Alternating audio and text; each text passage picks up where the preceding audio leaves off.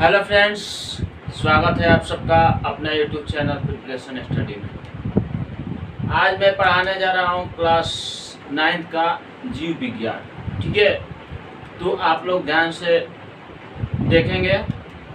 तो मैं आप लोगों को पहले फर्स्ट चैप्टर समझा लूँ, उसके बाद समझाने के पश्चात आप लोगों को क्वेश्चन आंसर करा दूंगा। ठीक है, तो पहले आप लोग क्वेश्चन आंसर जो है क्वेश्चन आंसर बाद में जो है उसका करेंगे। तब तक आप लोगों को मैं चैप्टर समझा देता हूं। अगर आप लोग चैप्टर समझ गए तो खुद से भी क्वेश्चन आंसर कर सकते हैं, तो आप लोग ध्यान देंगे। ठीक है, देखिए फर्स्ट जो चैप्टर है, इस चैप्टर में हम लोग को पढ़ना है कोशिका जीवन की आधारभूत इकाई। मतलब कोशिका जो है जीवन की आधारभूत इकाई है। ठीक है, प्रत्येक जीव का शरीर कोशिका का बना होता है। यहाँ ध्यान देना है, प्रत्येक जो है जीव सबका शरीर जो है कोशिका का बना होता है। ठीक है, और कोशिका को जीवन की आधारभूत संरचना और क्रियात्मक इकाई माना गया है। ठीक है, जो कोशिका है आपके जीवन की आधारभूत संरचना और क्रियात्मक इकाई माना गया है। ये हम नहीं, ये वैज्ञानिकों का कहना है। ठीक है, कोशिका जीव द्रव्य से बनी एक रचना है जिसमें विभिन्न रासायनिक तत्व संयोजन कर यौगिक के रूप में उपस्थित रहते हैं। ठीक है, यहाँ आप लोग ध्यान देंगे, कह रहा है कि कोई भी, ठीक है, कोई भी चीज कोशिका जीव द्रव्य से बनी एक रचना है जिसमें विभिन्न रासायनिक तत्व संयोजन कर यौगिक के रूप में उपस्थित रहते हैं। वहां पर क्या रहते हैं? उपस्थित रहते हैं। ठीक है, अकार्बनिक यौगिक मुख्यतः जल एवं लवण के रूप में तथा कार्बनिक यौगिक मुख्यतः प्रोटीन, वसा, कार्बोहाइड्रेट, न्यूक्लिक अम्ल के रूप में रहते हैं। ठीक है, न्यूक्लिक अम्ल के रूप में रहते हैं। कोशिका में यह जीव द्रव्य एक छिद्र युक्त चयनात्मक परागम में प्लाज्मा झिल्ली, ठीक है, से घिरी रहती है। किससे घिरी रहती है? तो प्लाज्मा एक झिल्ली है, उससे घिरी रहती है एवं इसके बीच में एक केंद्रक होता है। ठीक है, इसके बीच जो होता है तो बीच में क्या होता है?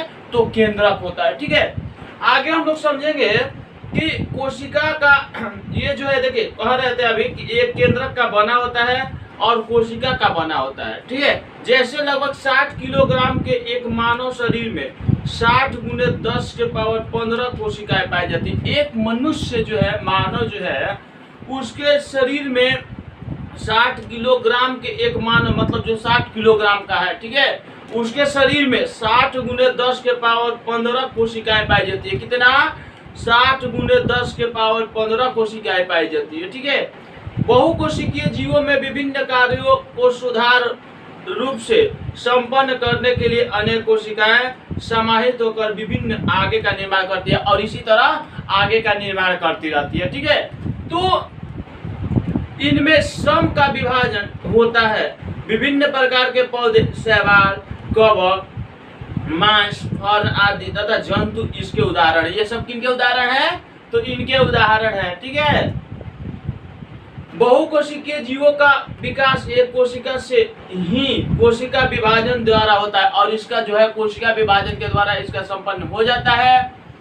कोशिका का आकार एवं आकृति उसके कार्यों अनुरूप होती है। मतलब कोशिका का आकार किससे होता है? उसके कार्य पर निर्भर करता है। जैसे आप कोई कार्य कर रहे हैं, काम कर रहे हैं, तो आप काम किस तरह का कर रहे हैं, ठीक है, तो आपका उस पर निर्भर करता है कि आप किस तरह का काम कर रहे हैं। ठीक है, आपका काम करने का तरीका क्या है, रहन सहन क्या है, ठीक है, तौर क्या है, आप किस तरह का काम कर रहे हैं, उसी के अनुसार आपका जो है देखा जाता है। तो इसमें भी यही बताया गया है कि कोशिका का आकार एवं आकृति उसके कार्यों के अनुरूप होती है। ठीक है, उसके कार्य किस तरह का है उस पर होती है। ठीक है बाबू, कुछ कोशिकाएं अपना आकार बदलती रहती है। बहुत सारे कोशिकाएं जो है अपना अपना आकार बदलते रहते हैं। ठीक है,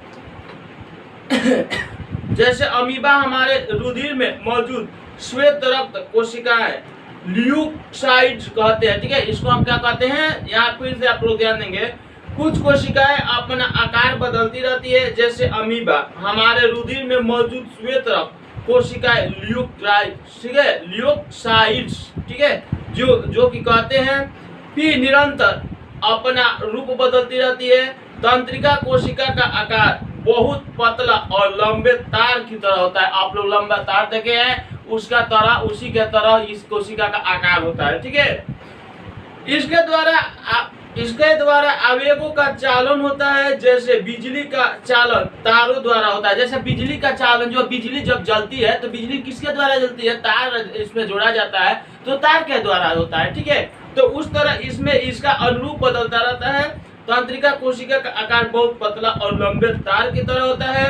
इसके द्वारा आवेगों का चालन होता है, जैसे बिजली का चालन तार द्वारा होता है। अभी हम आप लोगों को बता रहे थे।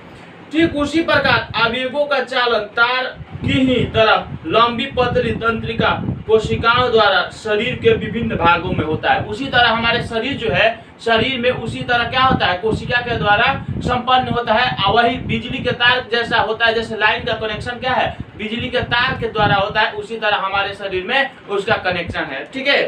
कुछ जीवों में कोशिका का आकार लगभग स्थिर रहता है, ठीक है। कोशिका का आकार स्थिर रहता है, मतलब कि रुका रहता है, ठीक है। आगे कर रहे भिन्न भिन्न जीवों में तथा एक ही जीव में अलग अलग समय में शरीर में कोशिकाओं की संख्या बदलती रहती है। और उसी तरह क्या होता है कि हमारे शरीर में भिन्न भिन्न जीवों में, जैसे मान लीजिए अलग अलग जीव हो गए, ठीक है, तो उसमें क्या होता है? एक ही जीव में अलग अलग समय में शरीर में कोशिकाओं की संख्या बदलती रहती है। कोशिकाओं की संख्या जीव के शरीर के आकार पर निर्भर करती है। मतलब कि आपका आकार किस तरह का क्या है, ठीक है, यानी कि शरीर का आकार किस तरह का है उस पर निर्भर करता है। उदाहरण के लिए कुछ बताया गया है, यहाँ आप लोग ध्यान देंगे कि चूहे के शरीर में कोशिकाओं की संख्या हाथों के शरीर में मौजूद कोशिकाओं की संख्या से बहुत ही कम होगी। यहाँ ध्यान देना है, बताया गया है कि उदाहरण के लिए बताया गया है कि चूहे के शरीर में कोशिकाओं की संख्या हाथी के शरीर में मौजूद कोशिकाओं की संख्या से बहुत ही कम होगी। मतलब हाथी का जो है शरीर उससे कुछ कम ही होगी, ठीक है।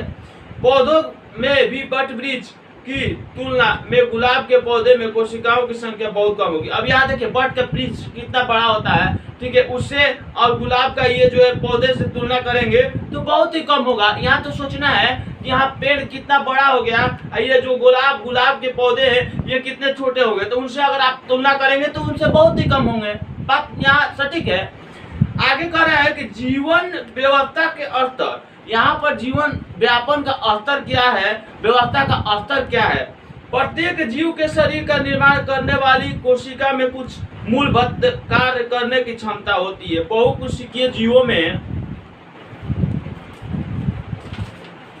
देखिए यहाँ बताया गया है क्लोमाइनोमस जीवाणु, ल्यूकोसाइट, वसा कोशिका, यकृत कोशिका, मेढक की लाल रक्त कोशिका, अमीबा, ठीक है, तंत्रिका कोशिका, अरेखित पेशी तंतु, शुक्राणु कोशिका, अस्थि कोशिका और डायटम, इस सब के बारे में हम लोग जानेंगे। अब यहाँ कह रहा है कि ये कोशिकाएं आपस में समूह बनाकर ऊतक का निर्माण करती है। अब यहाँ हम लोग को ध्यान देना कि ऊतक क्या है, ठीक है बाबू।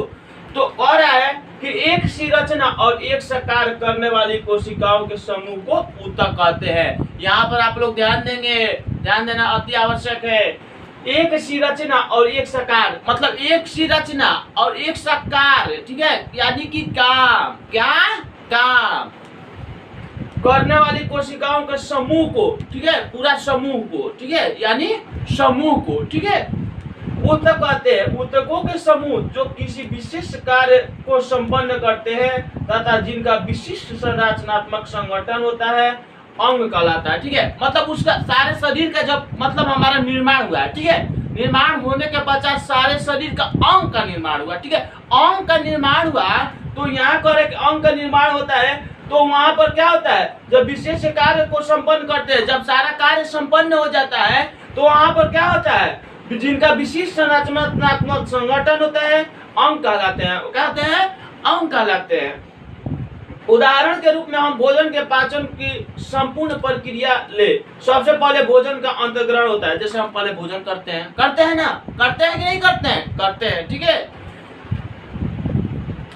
कि हम भोजन के पाचन की संपूर्ण प्रक्रिया ले, सबसे पहले भोजन का अंतर्ग्रहण होता है, फिर उसका पाचन और शोषण, संवागीकरण और अनपचे भोजन का मल के रूप में शरीर से बाहर निष्कासन होता है। प्रत्येक कार्य अलग अलग पाचन अंगों द्वारा अर्थात मुख, आमाशय, आंत, यकृत आदि द्वारा संपन्न होता है। जैसे कि मान लीजिए हम भोजन करते हैं भोजन करने के पश्चात हम लोग मतलब कि उसका क्या होता है, पाचन शक्ति बढ़ता है और पाचन करने के बाद ये संपन्न होता है। तो ये कह रहे हैं कि मुख अमाशय यकृत आदि सामूहिक रूप से एक विशिष्ट तंत्रों की रचना करते हैं जिसे पाचन तंत्र कहते हैं। उसको हम क्या बोलते हैं, पाचन तंत्र। ठीक है, परिसंचरण तंत्र, उत्सर्जन तंत्र आदि रहते हैं। सभी अंग